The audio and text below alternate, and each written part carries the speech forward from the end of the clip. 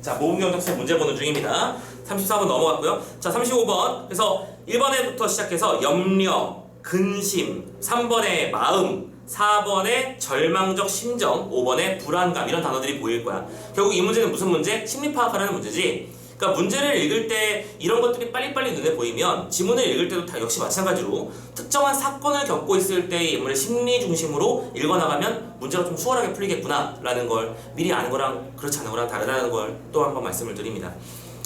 어쨌든 관건은 문학 영역은 우리한테는 다 맞아야 되는 영역이라고 보는 게 맞아. 실수로 한 문제 정도 있을 수는 있겠지. 근데 그런 일은 최대한 없어야 하며 문학을 다 맞고 화작을 다 커버치고 문법에 큰 트러블이 없는 상태에서 독서만 가지고 판별을 했을 때 우리가 최소한 3 이내에서 자유로운 영혼이 될 수 있다. 그리고 이제 거기서 얼마나 더 내 실력을 발휘하느냐가 2가 되느냐 1이 되느냐 이 차이를 만든다고 했었지.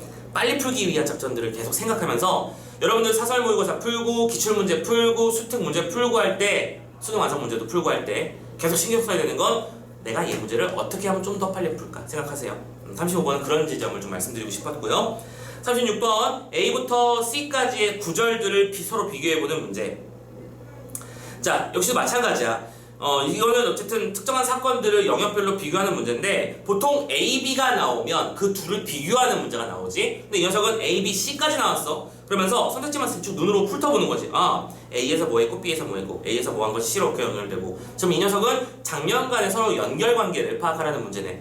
스토리만 잘 따라가면 큰 문제 없이 해결할 수 있을 거야. 다만 먼 조심, 디테일 조심. 자, 37번 보기 읽으러 왔습니다. 자, 37번 보기 적용 문제 먼저 읽어봅시다.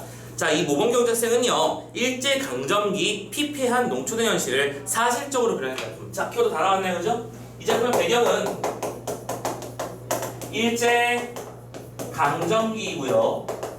두 번째, 농촌을 배경으로 한다. 그리고 보통 우리가 키워드 사실적이다 라고 하는 말을 쓰면 이 농촌에서는 보통 소외된 사람들의 이야기, 괴로움의 이야기, 피폐한 삶의 이야기 이게 나올 거라는 거지. 자, 이번 전체 작품의 트렌드가 뭐라고? 사실성. 그러니까 선생님이 이상하다고 말씀을 드리는 거예요. 뭔가 사실적인 묘사들이 주가 된 작품들은 좀 신경 써서 봐주셨으면 좋겠다 말씀을 드립니다. 계속 일제는 농민을 수탈하는 과정에서 모범 경작생 제도라는 걸 활용해서 농민들에게 일제에 협력하면 잘 살게 된다는 허상을 심어주려고 했어요. 아, 그렇구나. 그럼 여기서 이 모범 경작생이라는 말은 실은 누구에게 모범이 된다는 얘기야? 일제의 모범이 된다는 얘기야. 일제. 그래서 자연스럽게 얘는 뭐가 되는 거야? 앞잡이가 되는 것이죠. 자, 그리고 결국 이 모범경제생이라는 녀석이 제목까지 차지를 했다는 얘기는 뒤에서 나오겠지만 이게 그럼 당대 농민들에게 있어서는 오케이? 이 작품은 일제와 농민의 어떤 관계를 그린 작품이잖아. 그럼 농민에게 있어서는 이게 반어적 명령이 되는 것이겠지. 이게 모범을 맞는 거야? 농민에게는? 아니죠.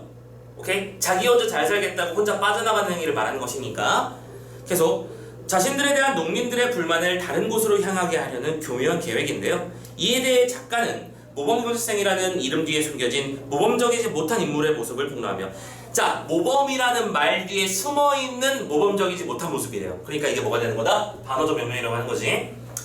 겉과 속이 다르니까요. 폭로하면서 제도의 불합리성을 드러내고 자, 그래서 여기까지 했어요. 제도의 불합리성을 고발하고 계속 더 나아가 모범 경작생의 농지가 좋은 상태를 유지하고 수확도 많은 이유가 일제에 협조한 대가 때문임을 깨닫는 농민들의 의식 변화 과정을 통해서. 두 번째, 농민들의 의식 변화. 의식이 변화라는 말을 분명히 썼습니다. 그러면 인물들의 어떤 사리 판단과 판단 과정이 반전되는 구절들이 분명히 만들어질 거라는 거 예상할 수 있죠. 그래서 당시 일제가 추진한 농촌 정책의 실체를 드러내고 있습니다. 그러니까 이게 뭐냐면 일제의 입장에서는 앞잡이를 세우는 이유가 이거야. 현재 그들을 최대한 빨아먹으려면 그 빨아먹었을 때 상대방의 어떤 비난의 화살이 나한테 오면 부담스러워. 최대한 잘 뽑아먹으려면 얘네들끼리 싸우는 게 베스트야.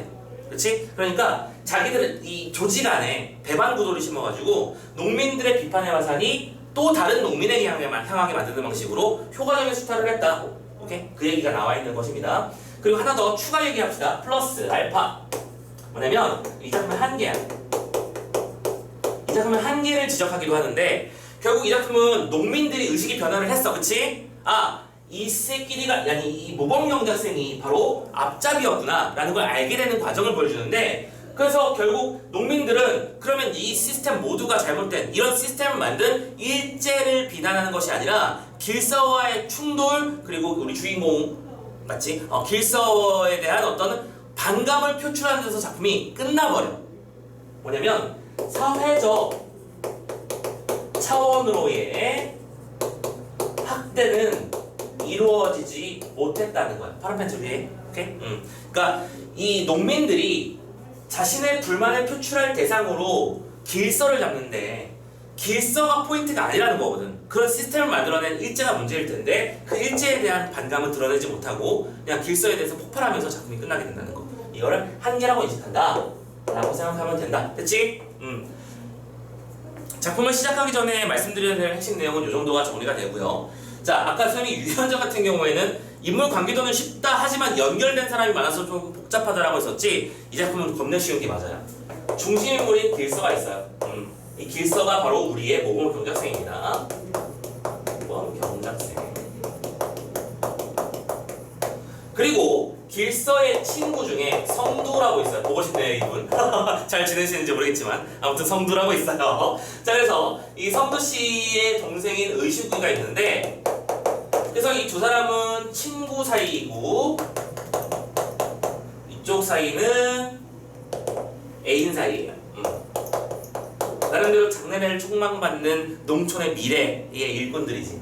근데 이 둘 사이의 관계가 완전히 어떻게 될 거야? 어긋날 거야. 그 과정을 파탄나는 과정을 보시면 됩니다. 됐죠? 인물 관계도는 이 정도만 그려주셔도 다 오케이예요. 나머지는 그 밖에 마을 사람들이라든가 그럼 이건 뭐예요? 농민들을 말하는 것이고 또 뒤쪽에 면장이라고 나오던가? 잠깐만 어디 가니? 잠깐만요. 정확하게 잡자.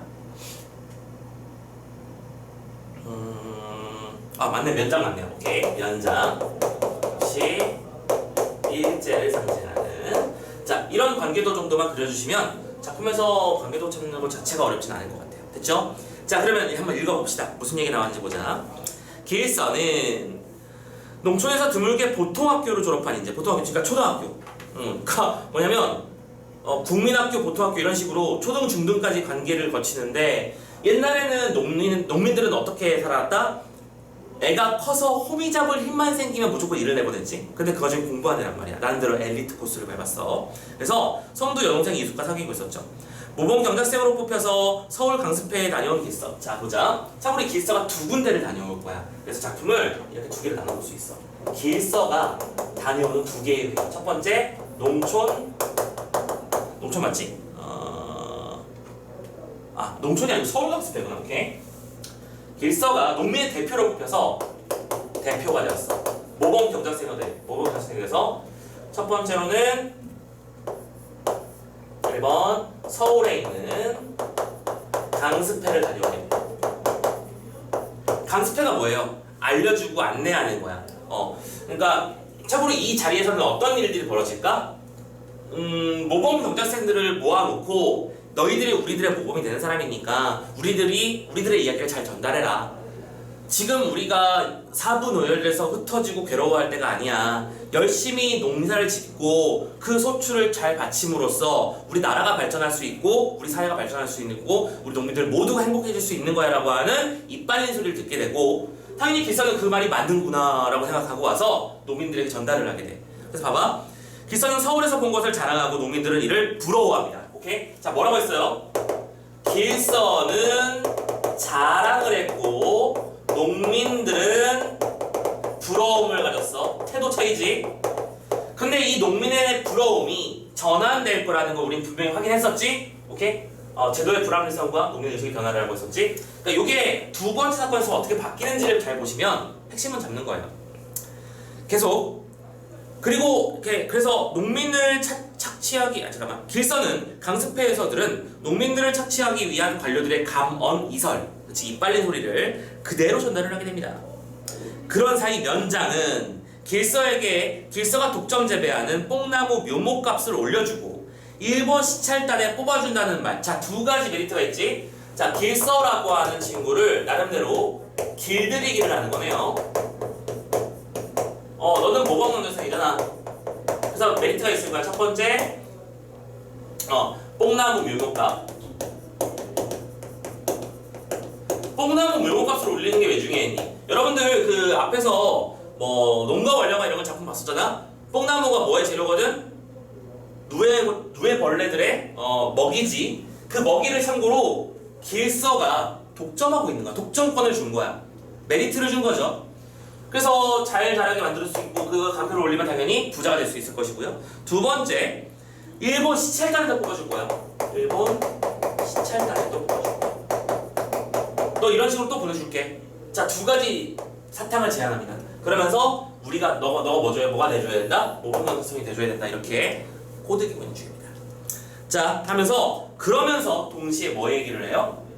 호세 얘기를 하죠. 자, 호세 중요한 단어죠? 왜요? 이게 갈등의 포인트니까요. 호세가 무슨 뜻이냐면 여러분들 가가호호라는 걸 들어본 적 있지? 호는 집을 말하는 거예요. 그러니까 쉽게 말하자면 요즘 말로는 주택세 혹은 주민세 정도? 오케이, 이 정도로 이해하시면 되겠다. 주민세 얘기를 시작하죠. 가자. 아니 그런데 이번에 호세는 자네 동네에서도 조금 많이 부담해야겠어. 보통 학교를 6학급으로 증축을 해야 된단 말이지. 학교를 늘리기 위해서 세금을 늘린다. 얼핏 맞는 말 같아 보이죠? 하고서 길지도 않은 수염을 쓰면서 호세 얘기를 합니다. 그게 죄가 아닙니까? 아니야, 자네 동네에서야 자네만 승낙하면 되는 게 아닌가. 그렇다고 자네한테 해로운 건 하나도 없을 것이고. 글쎄요. 하면서 길서는 면장의 말에 뭐라고 대답할 수가 없었어. 자, A 챕터는 첫 번째 장면이니까 그냥 뒤로 한꺼번에 비교해서 문제를 풀도록 하자. 그냥 지금은 넘어갈게. 자, 만약 그 얘기하면서 자, 면장의 말에 대해서 길서의 속마음이 드러나는 방식으로 여기서는 서수상 특징이 드러나고 있지. 길서가 속마음을 이제 보여주고 있어. 만약에 그는 면장이죠. 면장에게 조금이라도 재미없는 말을 해서 비위에 거슬리게 하면 자기도 끼는 때를 굶고 지내는 동네의 소작인들이나 다름없는 생활을 해야 될 걸 잘 알고 있어. 오케이? 면장의 말을 거스르면 안 된다. 거스르는 건 불가능하다. 거스르다가는 소작농이 될 수 있으니까. 자, 그러면서 일본은 둘째로 하고라도 묘목도 못 팔아먹을 것이고 그런 말이 보통 학교 교장 귀에 들어가면 돈도 빌릴 수 없게 되는 거야. 나름대로 이제 신용 대출 같은 것들이 가능했던 거겠지.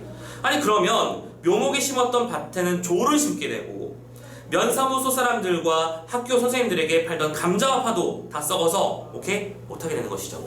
자, 이 속마음을 드러내면서 내가 거스르게 되었을 때 이쁘죠? 거스르게 되었을 때 그 파국으로 치닫는 양상을 보여주면서 자연스럽게 뭘 부여해?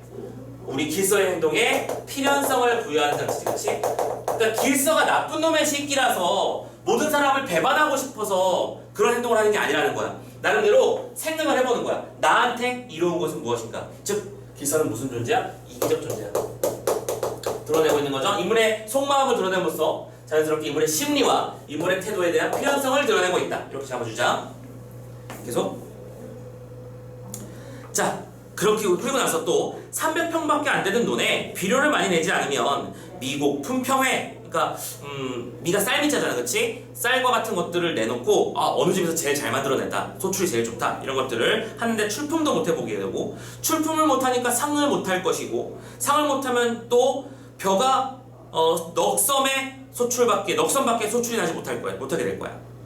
그러면 나는 또 동네 사람이랑 똑같이 1년 먹고 살 양식이 부족해지고 또 대출해야 되고 또 환자 먹어야 되고 그러면 또 빚 갚아야 되고 나도 나락으로 떨어지겠지. 자, 자네 동네 사람들은 얌전하게 근심 없이 사는 모양인데 자, 이거는 의도가 보이는 말이죠. 자네 동네 사람들은 근심이 없던데라는 건 뭐예요? 호세를 꼭 올려야겠다라는 의도가 포함된 말이죠. 특정한 의도가 있는 말입니다. 면장이 다시 말을 꺼낼 때 길선은 이제 대답을 합니다. 길선은 아까는 글쎄요라고 했었어, 그렇지? 태도의 변화가 있었지.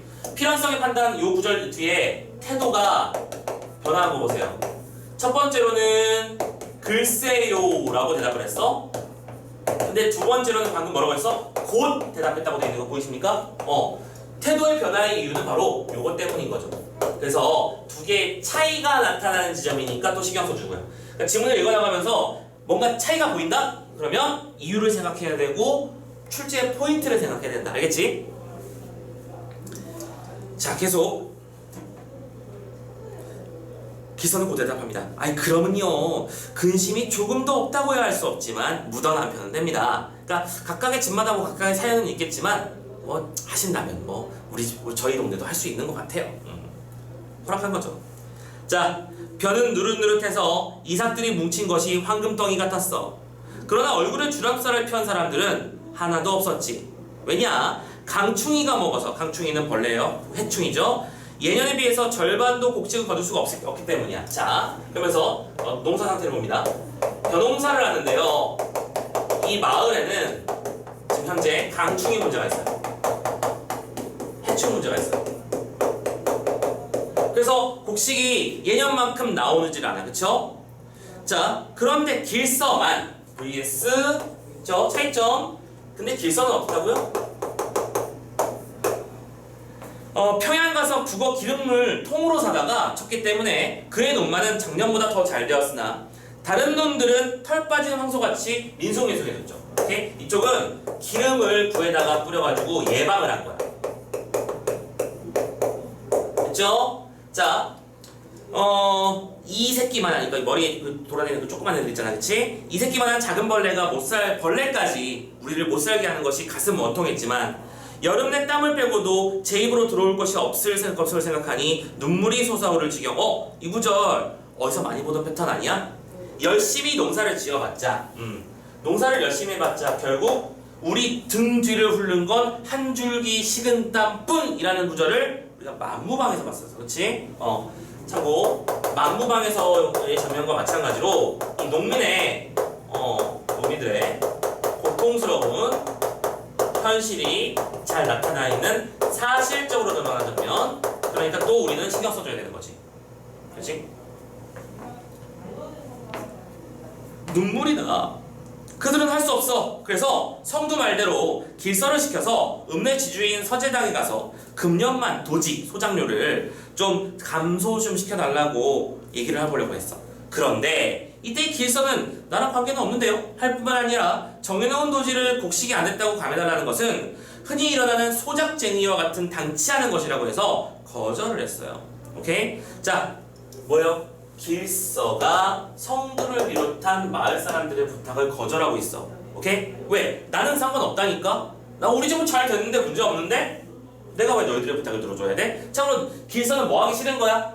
이 일제의 앞자리가 되어 있는 상태이기 때문에 밉보이는 짓을 하고 싶진 않아. 그죠? 분명히 그리고 면장에게는 호세를 올릴 것이라는 얘기를 들었고요. 그죠? 자, 그러고는 며칠 있다가 일본 시찰단으로 뽑혀서 떠나가 버렸습니다. 자, 두 번째 사건 벌어졌죠? 이번에는 일본 시찰단으로 가는 거야. 중요할 거야 이거. 그러니까 간 게 중요한 건 아니야. 갔다 왔을 때가 중요해.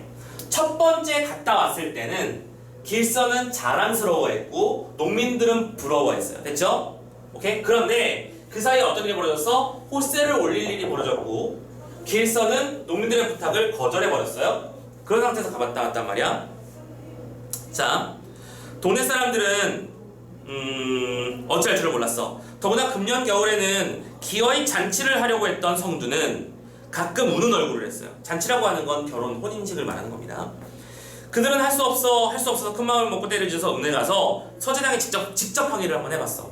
하지만 들어주지 않았고 오히려 아들을 분가시킨 관계로 돈이 몰린다는 근심까지를 들었어. 그러니까 가진 놈이 더하다고 하잖아. 그러니까 예를 들어 뭐 이런 거죠. 건물주한테 가서 그 상가 연합회에서 모여가지고 코로나 때문에 저희가 지금 너무 힘들어요. 죽겠네요. 우리 이번 달 정도만 조금 어떻게 좀 한 1-20만 원이라도 좋으니까 그 월세 좀 조금만 깎아주시면 안 되냐 했더니 주인이 에이씨 아니 우리 집도 이번에 아들내미 결혼하잖아. 결혼하려면 예식장도 연대 비용이 필요한데 우리는 돈 나올 데 없어. 우리 나 못 깎아주겠는데? 라고 말하는 상태입니다. 딱 그거랑 비슷하다고 보면 돼요. 그죠? 지금 상황이나 옛날 상황이나 똑같죠. 모양새와 형태만 바뀌었을 뿐. 자, 그러면서 이런 말까지 합니다. 너희들 마음대로 그렇게 하려거든. 명년, 내년부터는 넌 내놔. 뭐예요? 압박과 협박이죠. 오케이? 너희들 그런 식으로 자꾸 기본적으로 우리가 약속한 것도 안 지키려고 말을 하면 나 너희들한테 땅 못 준다. 이 땅 소작하고 싶어서 난리 난 애들 줄 섰다. 그러니까 그냥 꺼져. 그런 말에는 더 이상 할 말이 없어요. 그래서 가는 길보다 갈 때보다 더 기운 없이 돌아왔어요. 그치? 자, 농민들은 도지를 면하지도 못했고 그러니까 임대료를 깎는 것도 실패했었고요. 게다가 그러면서 돌아오는데 돌아가는 길에 길서의 눈앞에 서서 모범 경작생이라고 쓴 말뜻을 부럽게 바라보고 있어요. 자, 여전히 부러워합니다. 맞죠? 아직 태도가 변화는 일어나지 않았어요. 지금 농민들은 아직 길서의 정체를 파악하지 못하고 있다. 그렇죠? 이런 거 디테일이죠, 그죠? 디테일.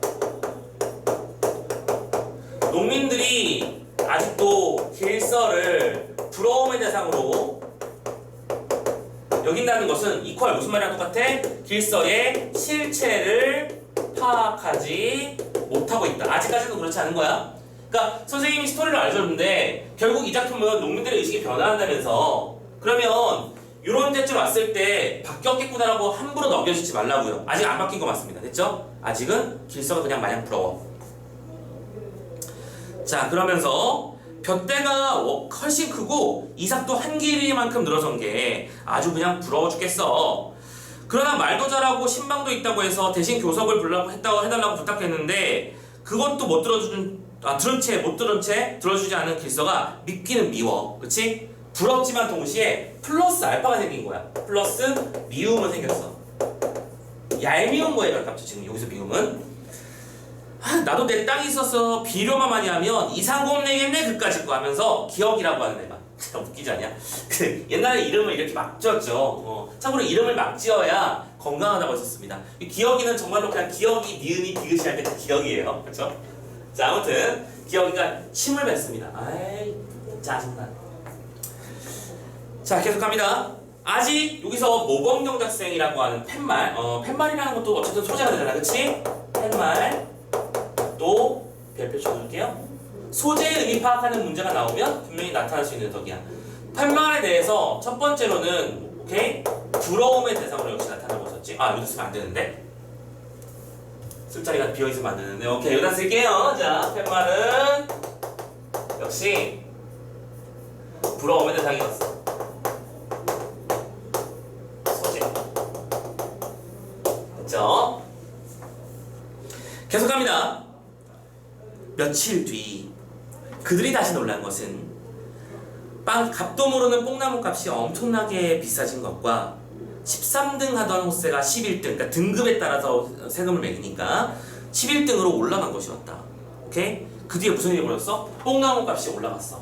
예상했던 대로죠? 그리고 호세도 올라가 버렸지? 자, 물론 우리가 예상한 겁니다. 그런데 길선에는 그래도 작년에 돈을 모아서 빚을 주었으나 다른 사람들은 흉년까지 만나서 먹고 살 수도 없는데 호세만 올랐다는 것이 우스우면서도 기막힌 일이야. 도대체 뭘 보고 호세를 정하는 건지 알 수가 없어. 자, 뭐예요? 의식의 변화가 일어나기 시작했어. 무엇을 보고 호세가 정해지는가에 대해서 뭘 품기 시작했어? 의문을 품기 시작했어. 이건 뭐예요? 문제를 제기하고 있는 거죠. 그래서 이게 뭐가 되는 거라고요? 의식의 변화 과정을 보여주는 거야. 이제 단순하게 길서는 우리 동네의 자랑, 우리 동네 엘리트, 그렇지? 조금 원래 공부한 애들 치고 약간 약삭빠른 면도 있잖아 라고 하는 그런 부분에서 부러움은 있었지만 어쨌든 우리 동네에서 제일 잘난 애라고 생각하는 부러움만 있었단 말이야. 근데 돌아가는 판사가 이상하다는 걸 느끼는 거지, 그렇지? 왜 호세가 오르지? 아니 뽕나무 값이 왜 오르는 거야?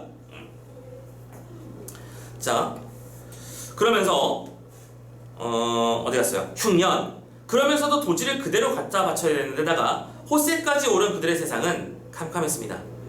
아마 북간도나 만주로 바가지를 차고 떠나가야 되는 것보다 이 바가지는 그럼 뭘 상징하는 거야? 거지가 된다는 걸 의미하는 거겠지? 소재의 의미 파악해 주시고 성도는 혼자 생각했다. 그들은 마을에 대한 애착심도 잊었고 제 고장이라는 것도 생각하기 싫었어요. 그렇지? 마을에 대한 애착심 참고 마을에 대한 애착심 얘들아 이거 기억나?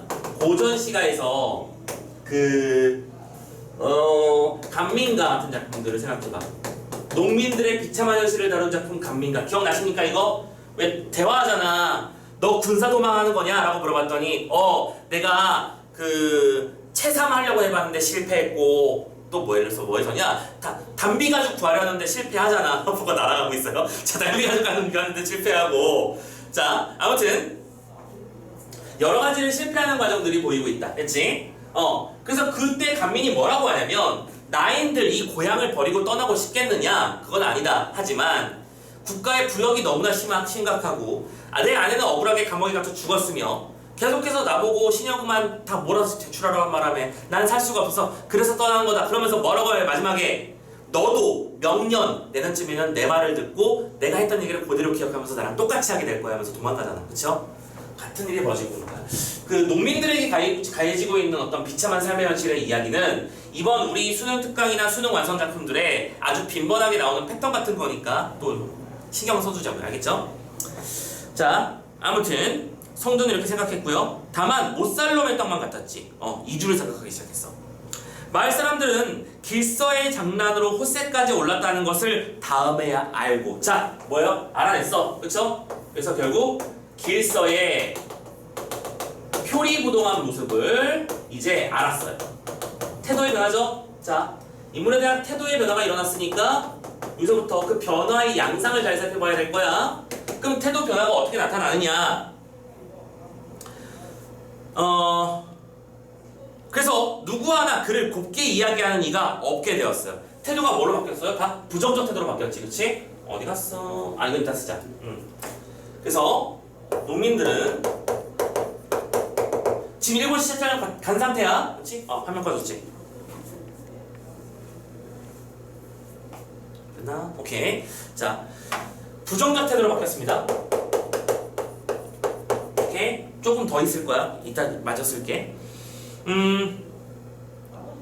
길서 때문에 동네를 떠나야겠다는 오빠의 말을 들은 의숙이도 눈물을 흘리며 길서가 그렇지 않기를 속으로 바랬습니다. 근데 참고로 여기서 근데 이런 것도 나올 수는 있어. 이것도 디테일이니까. 자, 의숙이는 이 상황이 돌아가는 모습을 보고 이해를 했지. 만약 이 이수이가 주체적 여성이었다면 가서 따지겠지. 오빠 정신 차려. 당신 누구야? 뭐하는 사람이야? 따져서 바꾸든가 아니면 더러운 것 하면서 차버려야지. 그치? 그런데 얘는 뭐 했어요? 속으로 바라보만 했습니다. 됐죠? 뭐하는 인물이야? 소극적 인물이에요.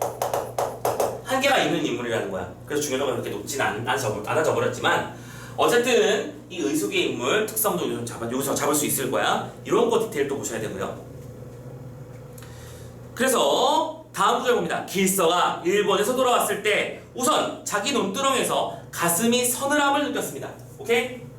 길서는 뭘 느껴요? 먼저 첫 번째로 서늘함을 느꼈어요. 뭔가 쎄한 기운을 느꼈지. 왜냐하면 노네방은 김길서라고 쓴 표말 간 것도 없고 모범 경작생이라고 쓴 말뚝은 쪼개서 흐트러져 있었죠. 오케이? 뭘 줬어요? 분노 표출을 다르게 했구나.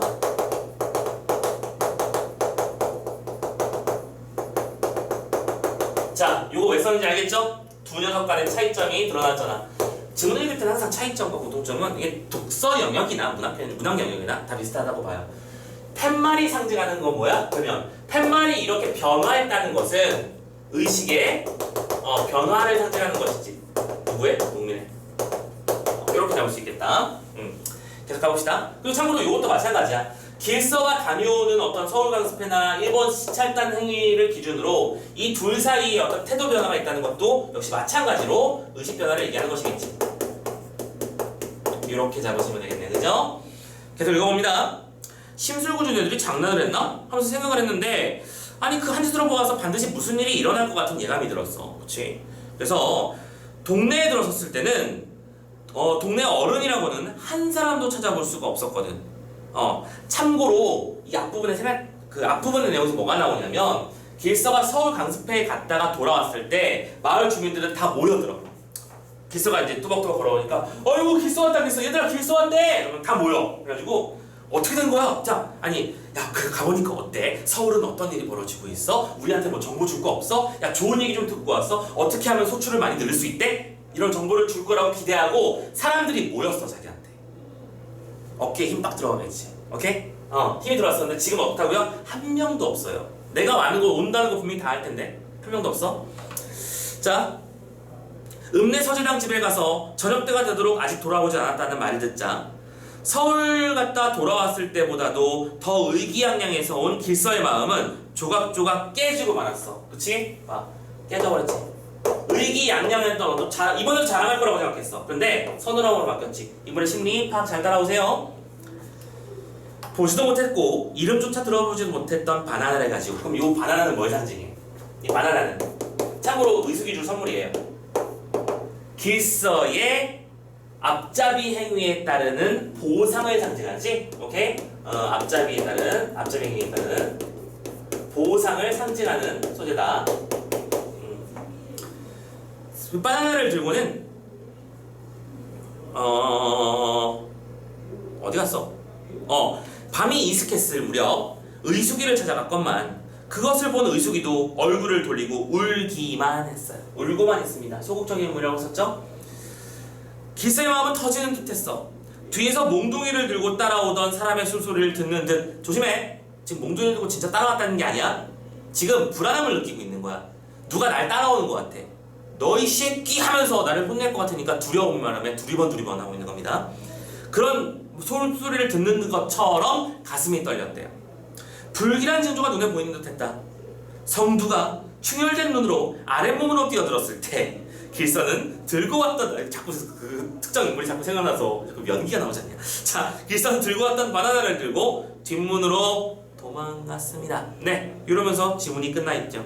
작품의 내용도 여기까지가 마무리가 되는 것이고요. 됐죠? 자, 어쨌든 이렇게 이 길서라고 하는 어떤 인물이 가지고 있는 특성을 통해서 모범 경작생 제도를 활용해서 백성을 수탈하는 어떤 일제강점기의 현상을 고발하는 작품으로 우리는 이 작품을 이해하시면 좋겠고요. 됐죠? 자, 그래서 요거 하나만 정리하고 마무리할게요. 어쨌든 핵심 갈등만 잘 찾으면 되는 거 아닌가. 선생님이 소설은 항상 뭐랬어? 인물, 사건, 배경, 그리고 갈등이라며. 근데 이 작품의 갈등이라고 하는 건 잘 봐. 겉으로 드러나 있는, 그러니까 표면적 갈등은 지금 우리가 방금 성두가 몽둥이 들고 쫓아오는 걸 보고 나서 우다다 도망가고 있었잖아. 그치? 누구의 갈등이야? 길서 대 성두의 갈등이잖아. 그치? 겉으로 드러난 건 이 두 사람이야. 성두는 길서를 보고 배반자라고 생각했을 것이고 길서는 성두를 보면서 찔리는 게 있으니까 도망가는 거겠지?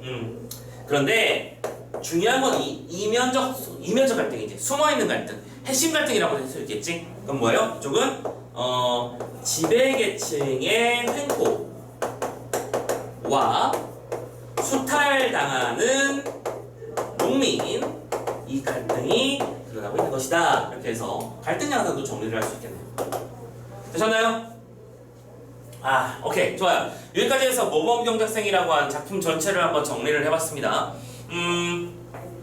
내용은 여기까지고 이제 뒤에 있는 문제는 수월하게 풀릴 수 있을 거라고 보죠. 자, 문제 풀고 숨 좀 돌려보도록 할까요? 자, 34번 서술상 특징입니다.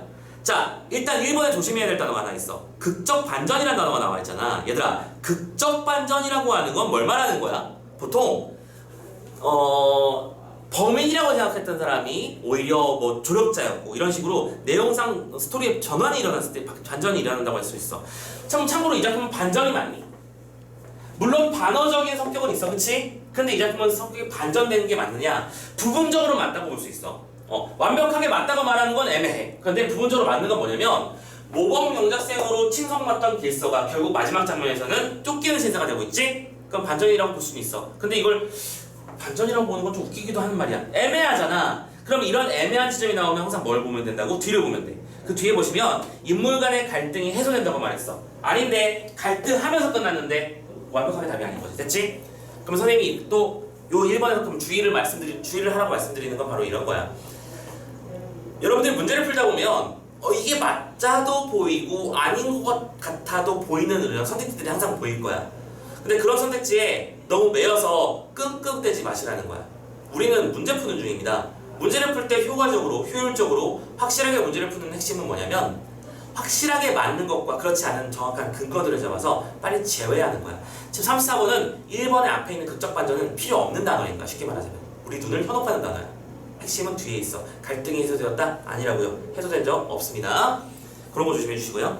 2번 인물의 외양 묘사. 이건 쉽네. 외양 묘사한 적이 없죠? 어떻게 생겼는지 그런 적이 없어. 뭐 주걱턱을 가지고 있었다. 눈썹이 길었다. 아 물론 이건 있었어요. 뭐 길지도 않은 수염을 그치? 쓰다듬고 있었대. 근데 이거는 부분적으로만 이만큼 나온 것뿐이고 이 작품의 전체 서술상 특징으로 보기는 좀 어렵죠.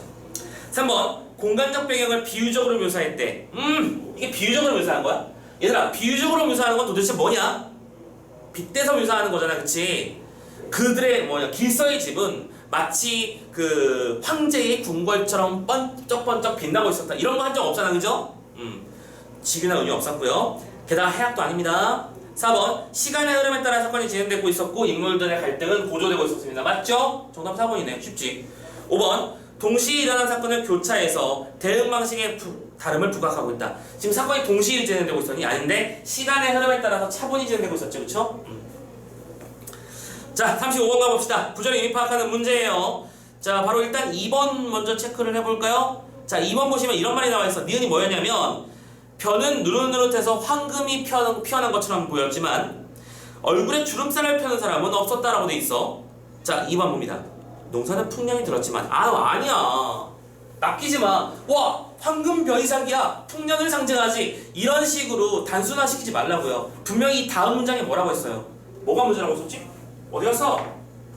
강추인이가 문제가 들어서 흉년이라고 했었지. 그러면서 스토리상에서 말하길 흉년인데다가 도지까지 그대로 내야 되는데 호세는 오히려 올랐잖아. 그래서 이 세 가지 이유 때문에 농민들은 괴로워했지. 오케이? 흉년이라는 단어를 함부로 쓰시면 안 됩니다. 황금벼이삭이라고 하는 현혹 단어에 낚이지 마시고. 됐죠? 정답은 2번. 나머지 길서의 염려. 오케이? 어디 갔어? 길서의 속마음 부분. 필연성을 부여한 장치. 3번 디귿에 길서에 또 마음 드러나고 있고요. 이 작품은 또 자연스럽게 1번, 3번 합치면 길서의 속마음을 자주 빈번하게 드러냄으로써 인물의 어떤 심리를 통해서 인물 사건 전개에 타당성을 부여하고 있는 장치라는 것도 생각해주자. 4번 동네 사람들의 어떤 절망적 심정 맞고요. 5번 길서의 불안감, 직감이죠, 그렇지? 나한테 별로 좋지 않은 일이 생길 것 같다. 느끼는 것이었고요. 36번 사건의 어떤 관계도를 그리는 문제였는데요. 역시 이것도 그냥 답으로 바로 갈게요. 선생님이 지금 꼼꼼하게 정리를 해드렸기 때문에 크게 무리 없이 따라올 수 있을 것 같아요.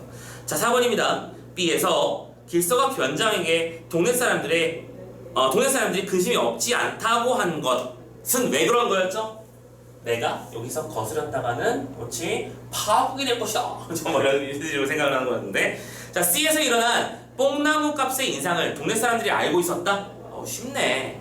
쉽지. 동네 사람들은 뽕나무 값이 오른다는 걸 알고 있었다? 모르고 있었다? 모르고 있었다. 그냥 정확하게 근거 구절을 다시 보면 C에서 뭐라고 했어?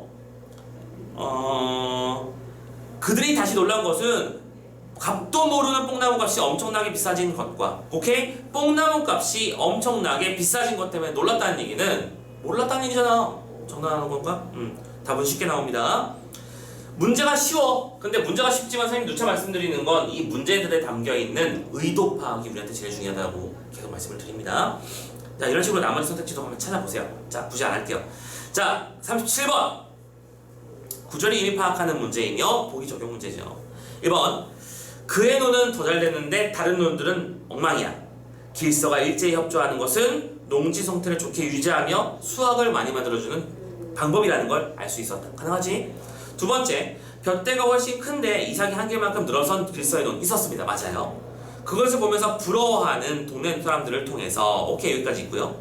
일제가 의도한 대로 모든 농민이 자신도 모범경작생이 되어서 부유하게 살아야겠다는 희망을 갖게 되었음을 알 수 있다.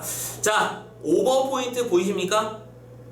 지금 일제가 의도한 대로 모든 농민이 자신 모범경작생이 돼서 부유하게 된다. 일제의 의도가 우리 농민들을 부유하게 만들어서 국가의 기반을 튼튼하게 하고 이런 얘기야 지금 이게.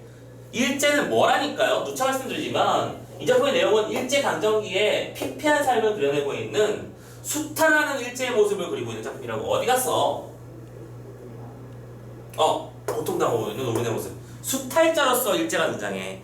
근데 그 일제가 백성들을 부유하게 만들어주고 백성들을 행복하게 살게 만들어주고 싶어서 이렇게 만드는 거였잖아? 거였다? 아니라는 거지. 본문에서는 길서처럼 모범경작생 제도를 만들므로써 앞자리를 생성하고 그들의 비난의 화살을 돌린다고 했었잖아. 됐지? 근데 이거 위에 있는 내용 모르고요. 만약에 이 작품을 전혀 모르는 친구한테 이 문제만 덜렁 줬어. 그리고 나서 이게 맞을 것 같니? 라고 물어보면 맞다고 할 수 있을걸? 그렇지? 조심하자. 그냥 자연스럽게 끌려가지 마시라는 거. 2번이 정답입니다. 3번 마을에 대한 애착심도 없고 제 고장이라는 것도 생각하기 싫었다. 못살 놈의 땅이다 라고 말하는 성도의 말이 있었죠. 그럼 이건 당연히 피폐한 농촌 맞잖아. 장난하는 것도 아니고요. 4번 호세가 올라간 것을 길서의 장난이라 생각하고 길서를 미워하는 모습. 이거는 알게 된 이유였죠. 이 모습을 통해서 이 제도를 이용해서 농민들의 불만을 다른 곳으로 돌리려고 했던 일제의 계략을 엿볼 수 있구나. 계략 얘기 본문에서 있었습니다.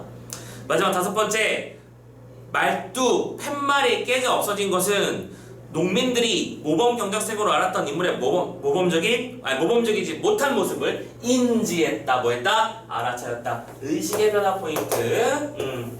를 상징하는 소재의 의미 파악하는 문제로 지금 선택지를 만들었죠. 자, 소재의 의미 파악 잘 해주시고요. 좋습니다. 자, 여기까지 해서 모범 경작생이라는 작품 전체적으로 잘 봤고요. 참고로 여러분들 보조 자료에 보시면 모범 경작생 지문이 2개가 나와 있을 거예요. 첫 번째 지문에서는 이 바로 우리가 보고 있었던 지문의 바로 앞부분이 실려 있을 것이고요.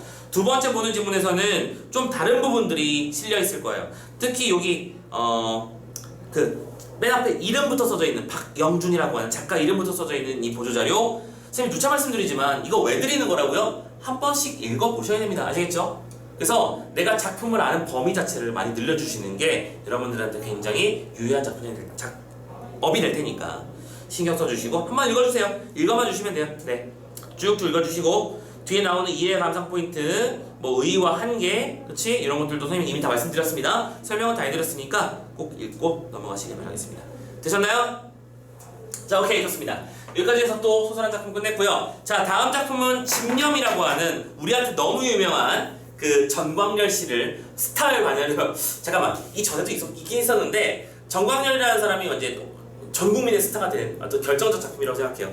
선생님은 우리 아버지가 허준을 너무 좋아해서 너무 많이 봐서 장면을 다 기억해요. 아무튼 그 집념, 허준 이야기가 나와있는 극작품 하나 보고, 그리고 극작품 뒤에는 이용학의 그리움부터 시작해서 누방사까지 이게 시간이 좀 애매해서 좀 계산을 좀 해봐야 될 것 같은데, 자, 되는 데까지 아무튼 순서대로 쭉쭉 정리를 해드릴 테니까 그래요. 자, 잠깐만 쉬었다가 현재 시간 15분이죠. 자, 25분쯤 다시 돌아와서 나머지 작품들 또 이어갈게요. 잠시 후에 봐요.